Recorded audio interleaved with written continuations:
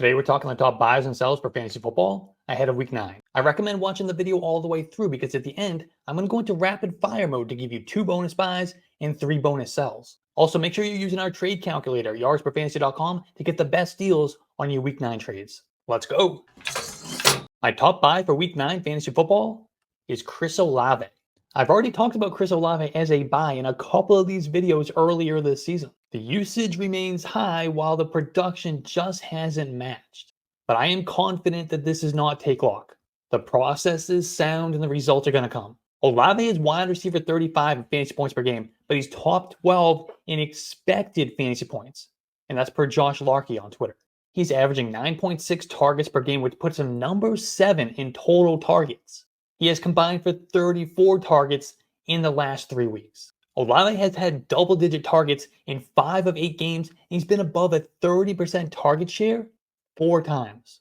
And his only game below a 20% target share was the week that Derek Carr miraculously played with his injured shoulder, but he could barely throw the ball. And in week 8, Chris Olave had 9 targets. He racked up a whopping 170 air yards. Yet he finished with just 46 actual yards. But on the season, Chris Olave is second in air yards, and he's gone over 100 air yards in all but 1 game. And you already know which game that was. Targets and air yards are 2 of the most predictive metrics for future wide receiver performances. That's why I talk about them so much in these videos. And Chris Olave is crushing in both categories. Eventually, that's going to give us the results that we've been waiting for and expecting. When that happens, look out. Chris Olave could go on a massive tear. And that's before I mention touchdown regression. According to expected touchdown models, Chris Olave should have multiple more touchdowns based on his usage and performance than he actually does.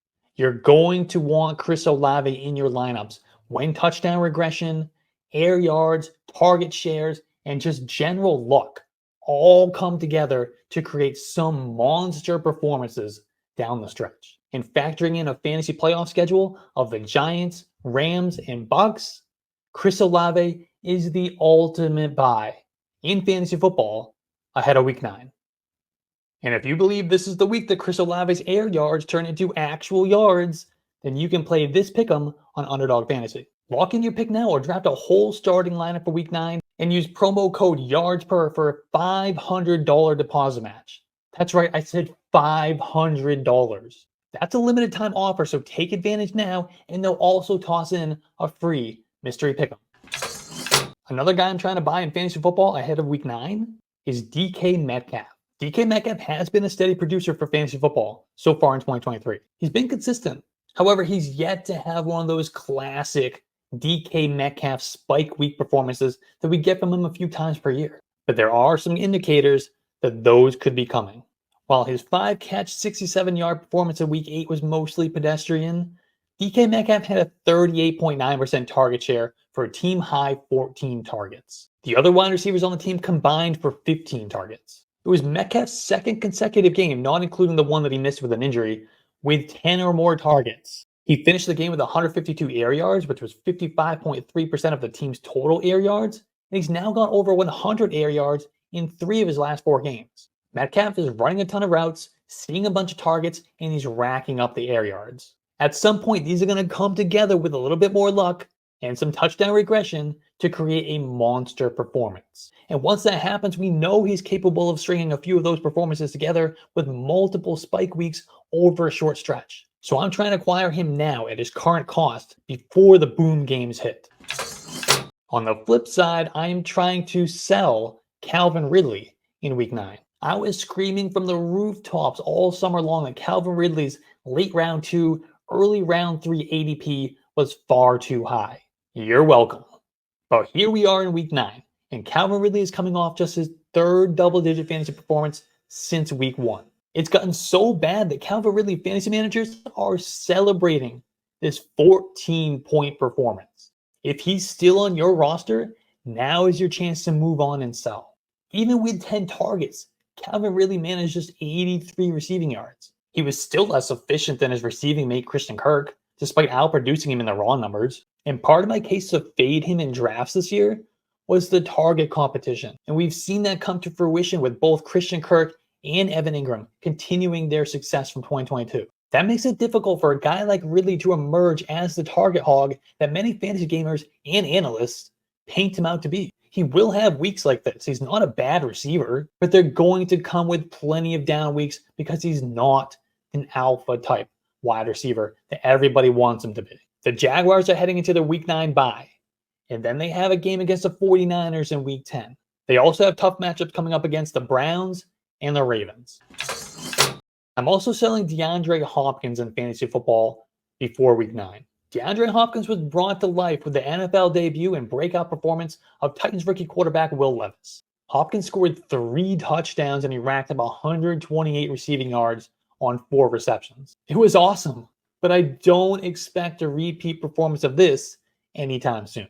Now, you could argue that if Will Levis does indeed remain the starting quarterback for the rest of the season, it will be a positive for DeAndre Hopkins. And I would agree with that. However, this is still a rookie quarterback. And while it was a good start, there are plenty of areas that Will Levis still needs to improve on. It's also hard to imagine that the Titans suddenly become a pass-heavy offense. They're still going to lean on the run game and Derrick Henry as the focal point. And even in week 8, Will Levis threw 29 times.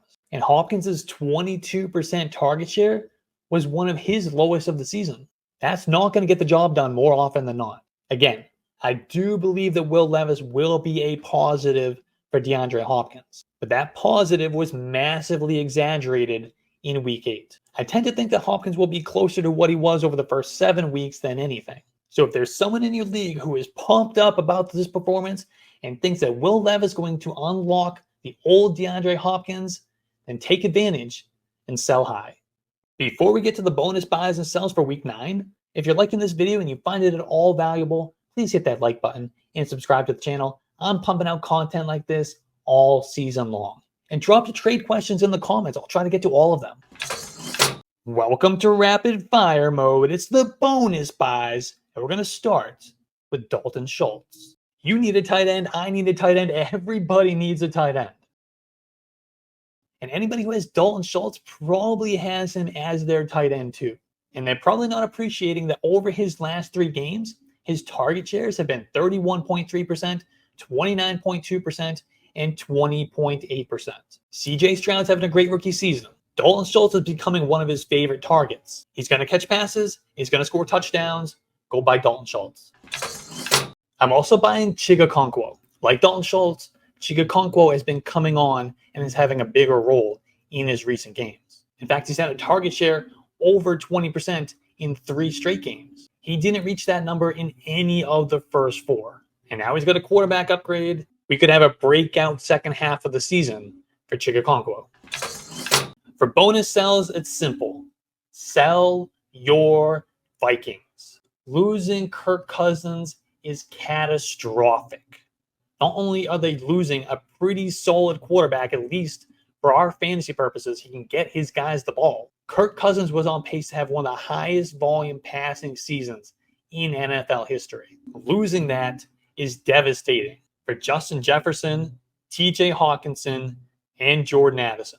With Jaron Hall or Josh Dobbs as the quarterback, this team's going to tank into the ground. I mean, they just sold one of their starting guards at the trade deadline. They know it's over.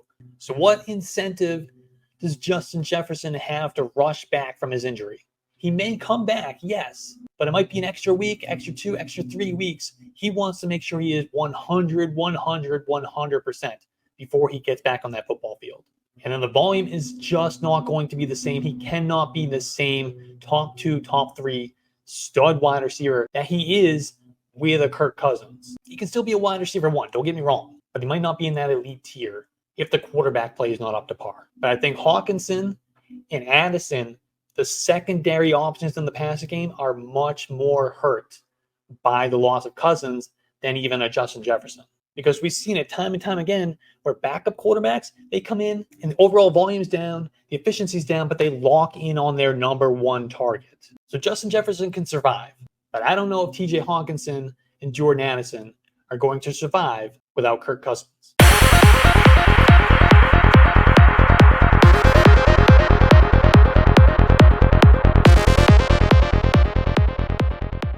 Hey, if you like that video, hit that like button, hit that subscribe button, leave a comment on what you want me to talk about next. You can find all my stuff, my rankings, articles, podcasts, more videos like this on yardsperfantasy.com. Just download the Yards Per Fantasy app, and we thank you for your support.